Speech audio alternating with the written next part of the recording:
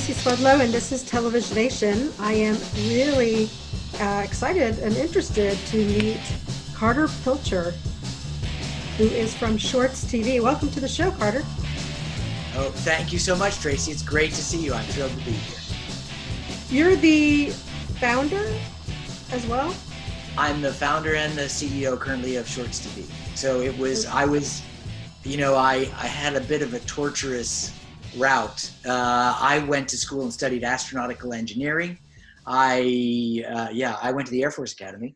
I went off and worked as an astronautical engineer after I graduated. I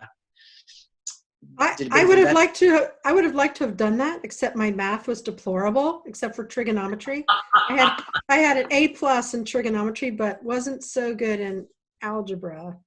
So I just decided, I can't do space because I just couldn't figure math out beyond trig. But once you get kind of into it, I didn't think I was a math guy, but I loved it. It was so, you get into these, it like everything. I think it's the getting used to doing like big long equations. But the movie Hidden Figures, where the women are writing all over the boards. We had to, part of our training was, they give you a problem and you have to do that, like whole notebooks, just page after page after page after page of equations. And you think that's crazy. How do people do that? But after a while you learn, right? And interesting. And I don't think I'm any better probably than you. It's just a bit of, I know it's a language. We're getting a little off topic, but it's a language. I've been trying to communicate this idea to my daughter, right? This idea of math is the language of the universe. But anyway, we're off the topic of short content. So I want to return to that. But is it interesting? I love astronomical topics and space. Math and space come up in everything. If you think about where ShortsTV is carried on DirecTV and a bunch of satellite systems around the world, and I'm the only guy that can sit with the tech people and go, okay, but what about this change? Oh, right. It's actually been a great fun help to that whole process. We started ShortsTV a long time ago, way before shorts were even anything other than little things they put on the internet. And really, they were not very well known at all. But I had seen them a lot. I loved short movies. And I really thought that's really where content viewing is headed. One of the things, and so you do some things in your life and you're certain that it's going to happen. And that was in early 2000s, and it is happening now. What's happening in 2020 is what I thought would happen in 2005. But it took a little bit longer than I thought. I originally started in VR in the early days, many years ago. And we all thought it was going to happen right away. Things just take some time. It takes a lot of time, more than you think. Yeah. But short content, has been around a long time. The Oscars, and I know you sort of represent short content from the Oscars. They've been highlighting short animation, short films. So tell me a little bit about the offering. Yeah. So let me just tell you the truth.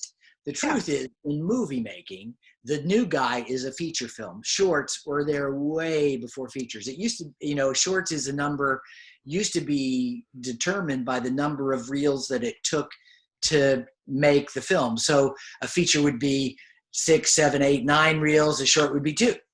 So it's just the amount of film that it took. So shorts, the first Oscar given for shorts, of course, was in 1932. And they still give shorts in Oscars in 3 categories: live action, animated shorts, best documentary shorts.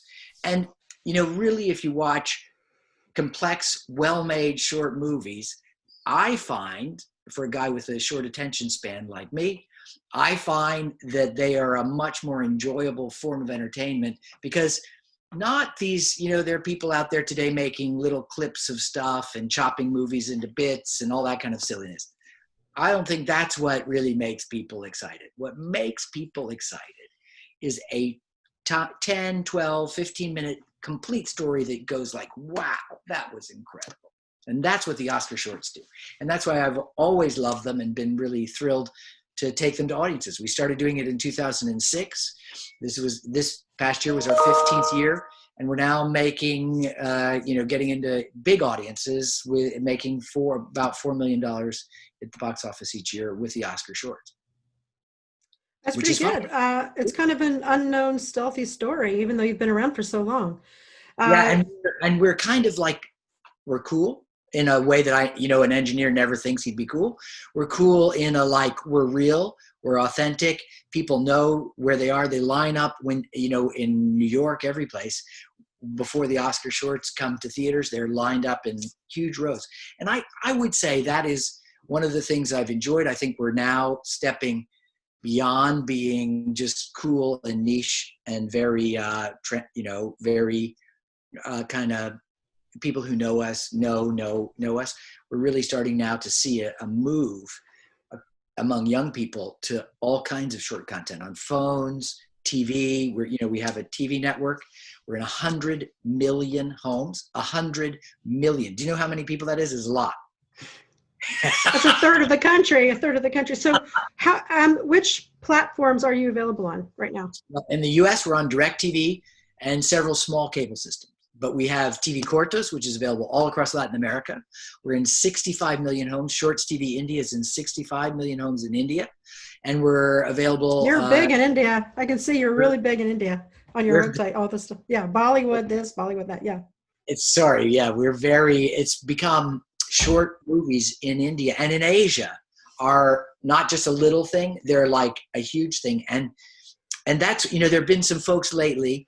Snapchat has launched their Discover part of the platform, which is really interesting and doing quite well. YouTube always is growing, but TikTok came from Asia, and we're seeing in India the same kind of thing. Millions of people, they're watching an average on their phone 5 hours a day because nobody has a TV, nobody, and that is really what is the big difference. It's a kind of here we're moving slowly to watching content on our phones.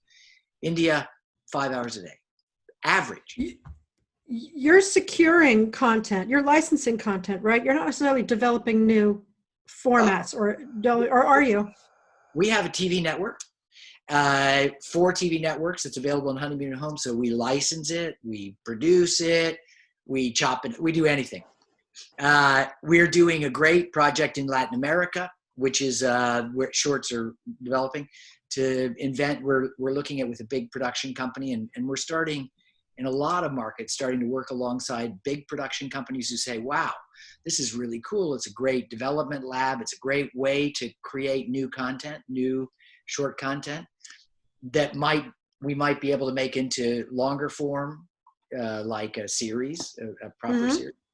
Right. So, and the investments that are required are really small, and we get great content. So this current pandemic thing has slowed all of our production down, but we're doing we're trying some short series. We're trying short movie. We're doing a series of short movies. We're doing them in India. We're doing them in Latin America. We're doing some in America. So yeah, we definitely feeding just a channel. I'm sure Televisionation tell everybody running a TV network is like feeding a dragon every day. It's just bottomless pit, and it just content monster. Everything that you put into its mouth, it's gone. I hear you. We should have some fire going. Obviously, aren't you a takeover target for companies that acquire content, like maybe a Quibi or Apple TV? I mean, Apple, or aren't you? Or aren't you in that position? There are lots of people who have expressed interest. Quibi has a very specific approach that is not us, and we've been quite concerned that folks not think they're an indicator of this part of the market, because frankly, I think they've got exactly the right idea, totally the wrong execution. They could not do everything worse. So we have a really successful audience and a growing product.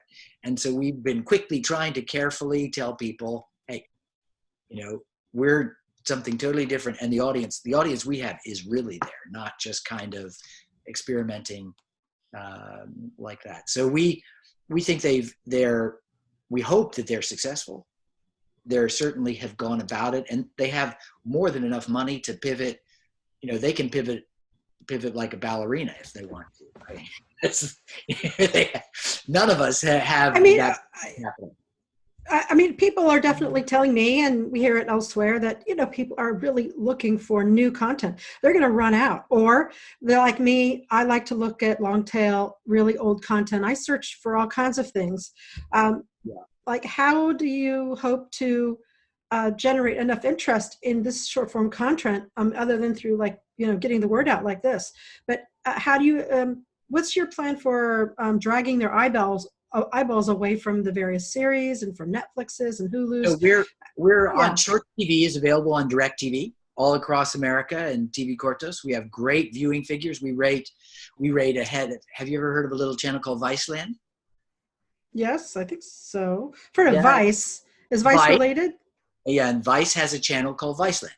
So okay. and it's not, it does okay, but we rate ahead of that. We rate like a kind of a Cartoon Network for adults, right? So we have a good, solid audience.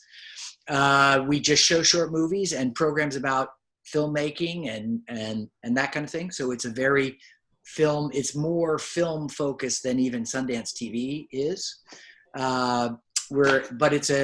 And our audience, we've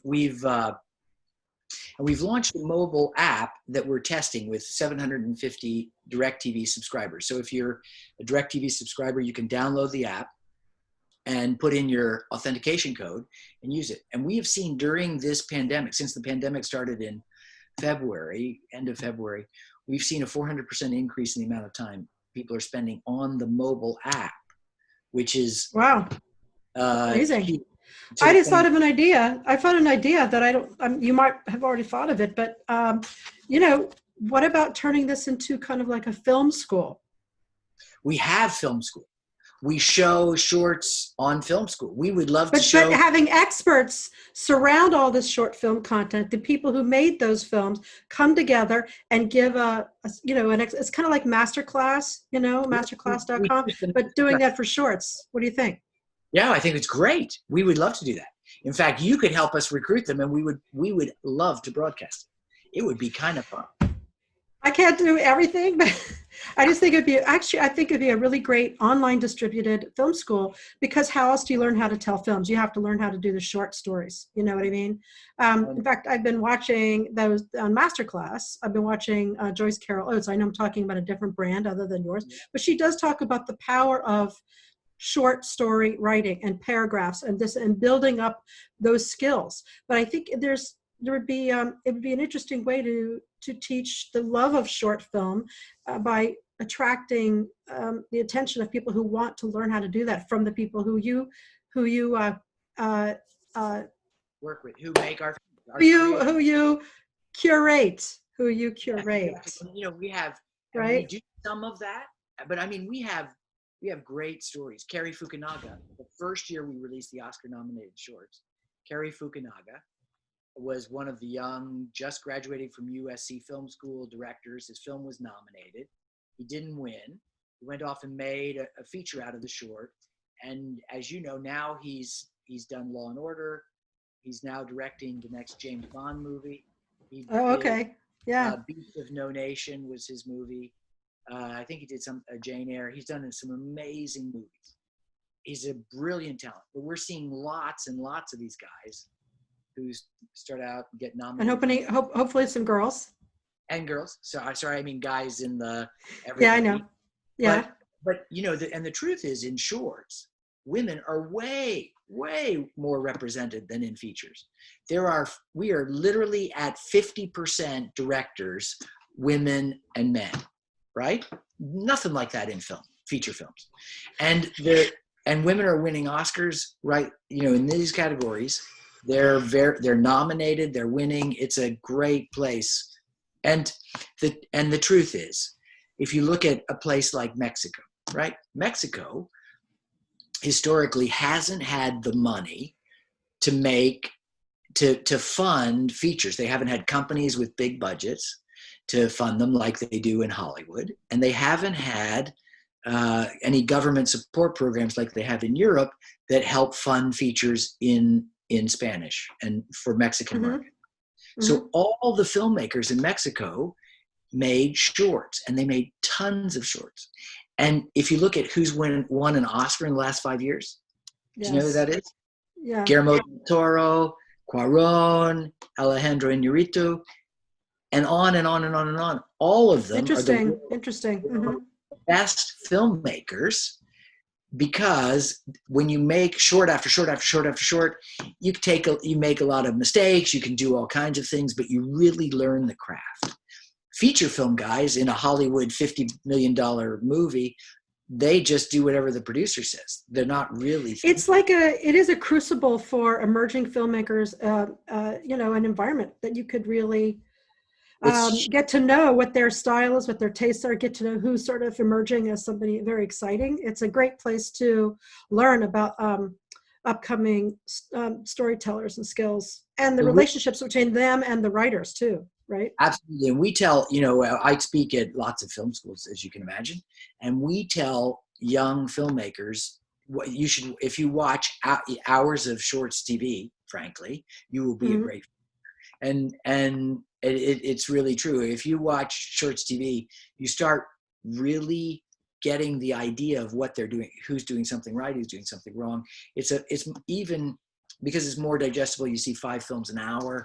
It's a better way to watch real movie making. And that's, I guess, when we were talking about Quibi, we see the real difference between what they're doing, which is chopping up features into 10-minute bits and stuff like that. Making relationships with celebrities and things like that. Yeah. It's not filmmaking. It would be kind of cool. It would be kind of cool if you got to deal with Warner Media or whoever is in charge of what happened to Filmstruck. Remember Filmstruck? That's great. We love Filmstruck. It's fantastic. It's a great program. It's gone. It's gone. But Warner Media hopefully will relaunch a classic movie film service, but always cherishing the work of directors. So maybe that's somewhere that Shorts TV could fit. Yeah, You know exactly. Yeah. I'm just like doing wish fulfillment here. But, I was just recalling to myself also, in the 90s, we used to go see at the Castro Movie Theater here in San Francisco, which is the big movie theater with the organ and all the gold decorations and stuff and the velvet seats. I'm not quite sure what it was called, but it was like Ziggy's Animated Film Shorts Festival or something. I don't remember. I remember with a Z, but it was always so crowded, and it was like the place to be, and it was a really exciting evening, to be able to see that compilation and be in a big live theater. With the Oscar shorts, we normally sell out that. Yeah, you were saying earlier, and I said, it's too bad we can't go to theaters. Maybe this is the new way to do that. Yeah. Are you doing any kind of watch party relation? I mean, like with Zoom or with something else, or some of these other new platforms that have watch party platforms built in? I mean, that would be really interesting. We're starting to do a series of virtual cinema releases of short packages. Our first one should be out in the next 2 or 3 weeks. We're doing it with a lot of the theaters that are now shut, that we have just finished releasing the Oscar shorts with. So a bunch of independent cinemas all across the United States. So yes, we're going to do one every 2 weeks. It's okay, go ahead. Sorry, I'm just enthusiastic. I think it's kind of a fun, exciting thing, that we're starting to bring shorts into the. We brought them first as a kind of an event before the Oscars. You can go see the Oscar shorts. Now we're starting to bring twice a month releases of crime, best sci-fi shorts, best animated shorts, kids animations, the best Oscar winners ever. We're doing a series of best women director shorts, so that it's kind of fun and you can kind of get into a rhythm of watching a package of shorts. If you don't have Shorts TV, you can buy a package of shorts from your virtual cinema from your local theater, which is a great way to support the theater. This is really part We of. can't go to the theater right now. No, so this is, you can buy, they theaters to support them and to keep paying their staff. It's a deal we do with Oh, I them, see. and we're providing it to them, and they put it on their digital page, on a Vimeo release page, and send it out to their audience. And then we give them a very significant cut of the digital release, and it's specifically, and it's exclusive and targeted to the audiences that normally would watch our Oscar short. So it's a way to keep cinema people who work in cinemas employed and making revenue, even though they can't get people into their theater right now. That's interesting. That's a great idea. Speaking of theaters, though, and I think you used to have some relationship with AMC. Did I see? Because So in your bio, because I saw that Amazon is taking an interest in buying AMC theaters. So I wanted to get your opinion about that. You bet. We don't have a relationship with AMC theaters, but AMC Networks, the Mad Men. Okay. Yes. And Okay. what's the zombie movie? The zombie series. I didn't watch that. I can't do. I think I can't handle zombies. I can't handle the whole too format. realistic But go ahead. for me, I have to tell you. What? Too realistic. It just makes me. It really. I've watched some of them. It just is too. It's like it's too real. It's too scary and too real. It's not me. But Walking Dead. But AMC Networks, American Movie Channel, is on our board and has an investment in us. That's okay. All right. Well, I was mistaken, but there's also something I wanted to point out there. They're in Europe. They're very pro animation festival. Yep. And I have a friend who is very much in touch and writes a huge blog about, and she judges all of these animation festivals all over Europe and Asia. And I should do this offline. We should put you in touch with her because she's well connected to all those people. Her name is Nancy Phelps. Yes, I know Nancy. You and do? Her husband is Nick, Nancy and Nick, and they send out an email. She's a very good friend, and she goes, I see her every year at Annecy in France. Okay, well, I've known her since, I don't know, early 90s. She's an old friend too. She's hilarious and amazing and everywhere. She used to live in San Francisco and be the center of all the parties and the community, and now she's doing all this. Yeah, we're on a different topic. But. Yes, sir. But Shorts is, that's one of the things that's great, because short film is about craft and about people, talent, not Steven Spielberg studio thing, but it's the kind of great part of filmmaking where there are real people like Nancy and Nick who know real filmmakers and real producers, and we all know each other. We all go to the same festivals, we see the same films, and they expect the best. They know what the best is. Absolutely. And it's just a great, I would say, one of the most personally fulfilling parts of the film business is just being that part with regular people who have great ideas and who are trying to get their movie made, have great stories, and watching the film, and then they make it, and you watch the film in these little crowded theaters, and it works, or sometimes it doesn't. But when it works, it's so amazing. And so that's, for me, we making shorts is also a personal thrill, just to be around people who have great stories to tell and a lot of talent, and who are having their opportunity to put it in front of audiences. And it's one of the things we find so exciting about the network. It's just that we're really giving. We're doing something really good that gives people really an opportunity to have their dream come true, really. And that's, it's what's fun about the Oscars. It's all these young filmmakers, and you're getting young filmmakers going head to head with Disney, and normally the young guys win, and it's great. So it's something I love.